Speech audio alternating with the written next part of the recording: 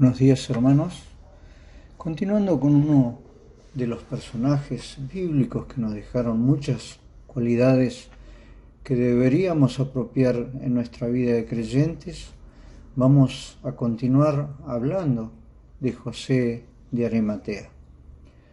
Dijimos ayer que era un hombre rico, hizo lo que nadie quiere hacer, estuvo presente cuando todos se fueron, sirvió a Jesús en el peor momento histórico de la fe, comprendió que Jesús merece lo nuevo, lo mejor de nosotros. Ayer también vimos que José de Arimatea era un miembro noble del concilio.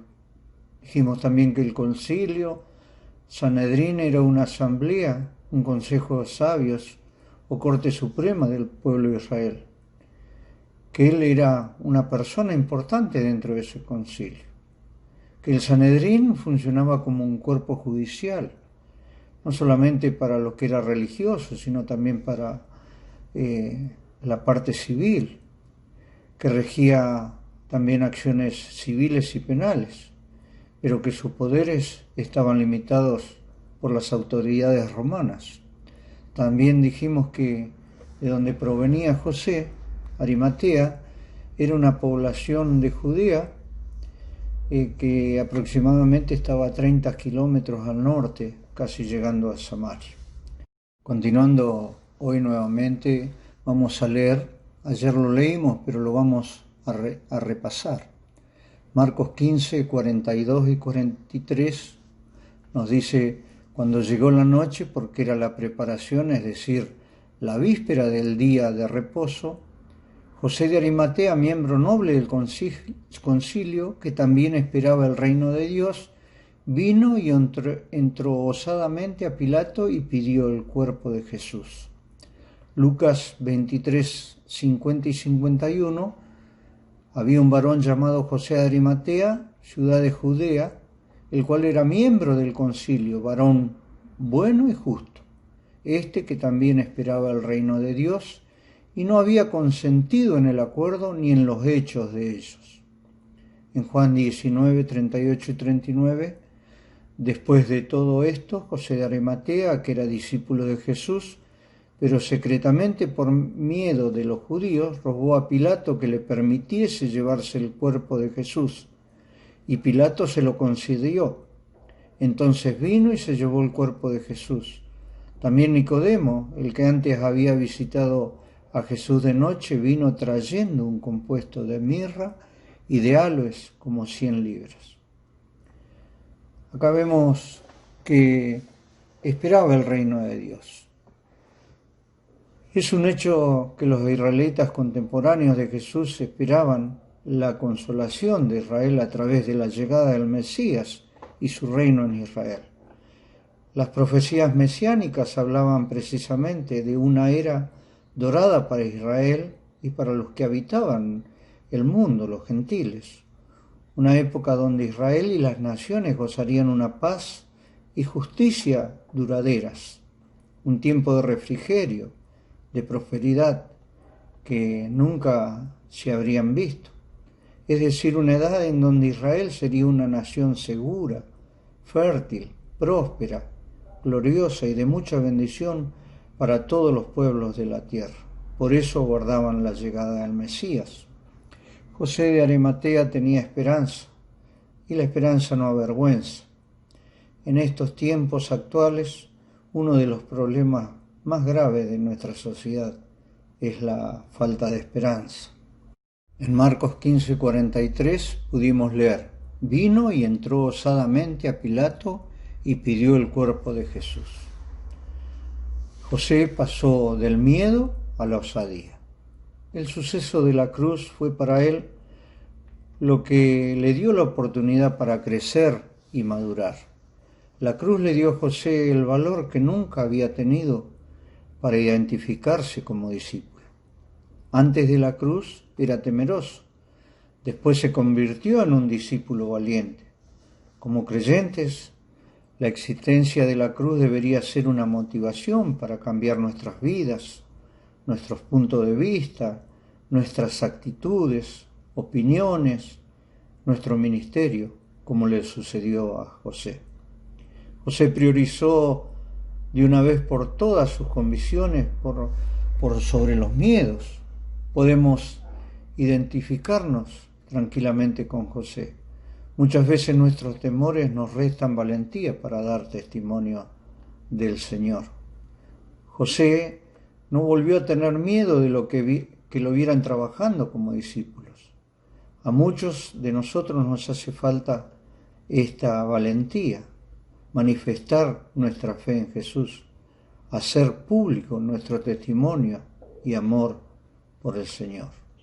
Es muy posible que su fe en Jesús en un principio hubiese sido débil y que muchas veces no, por miedo en el Sanedrín, no hizo manifestación de esto y por temor a las consecuencias de haberse declarado como creyente, seguidor de Cristo.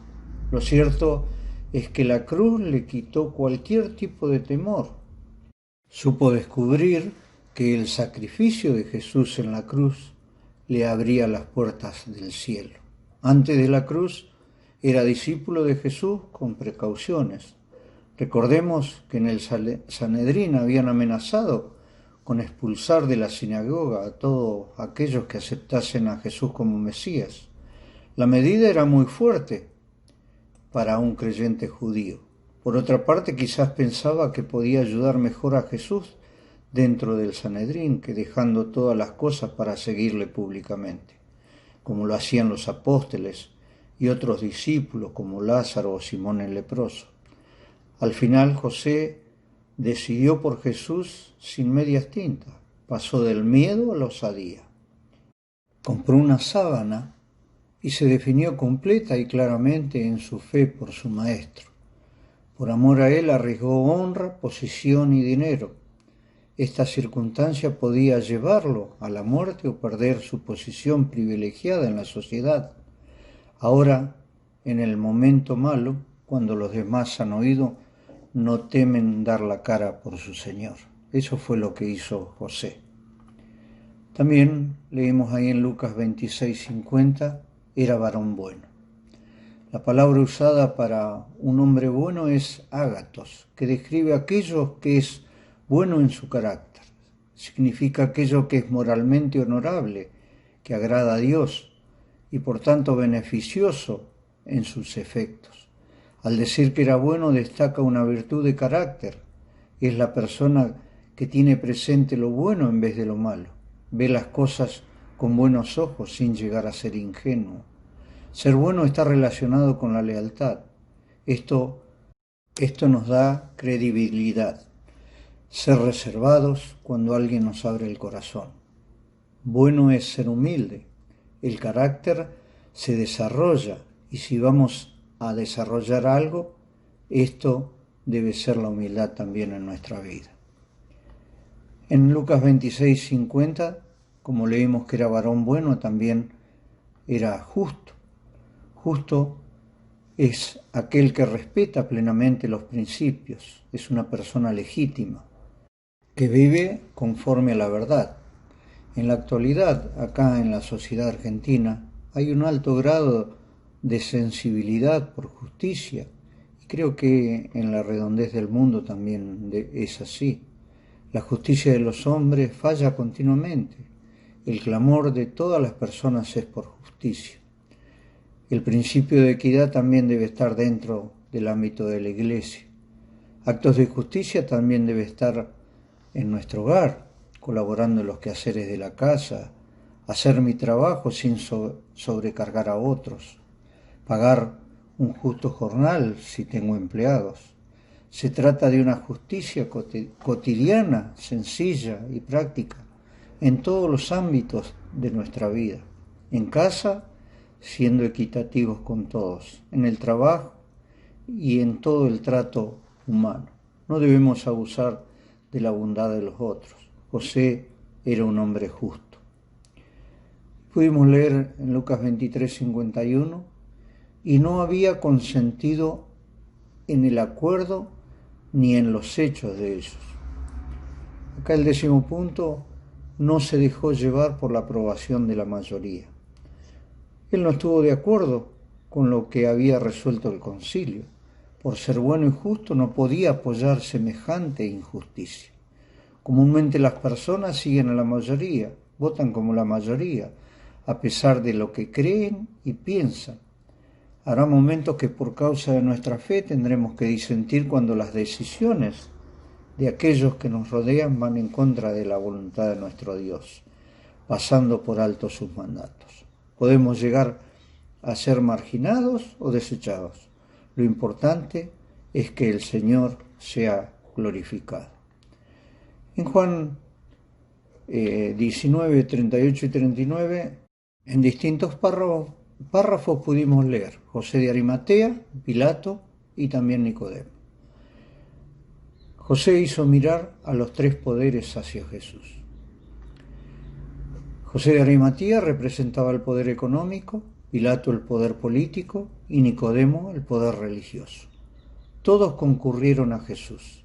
Esto nos habla de la necesidad de Dios que tienen aquellos que ejercen alguna de estas tres clases de poderes.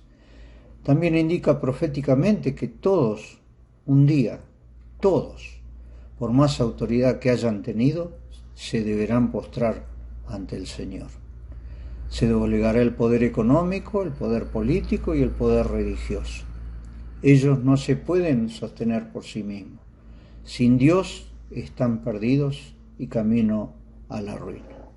Vamos a repasar los 11 puntos que pudimos ver de las cualidades de José de Arimatea, que era un hombre rico, hizo lo que nadie quiere hacer, estuvo presente cuando todos se fueron, sirvió a Jesús en el peor momento histórico de la fe, comprendió que Jesús merece lo nuevo, lo mejor de nosotros, esperaba el reino de Dios, pasó del miedo a la osadía, era varón bueno, era varón justo, no se dejó llevar por la aprobación de la mayoría, hizo mirar a los tres poderes hacia el Señor.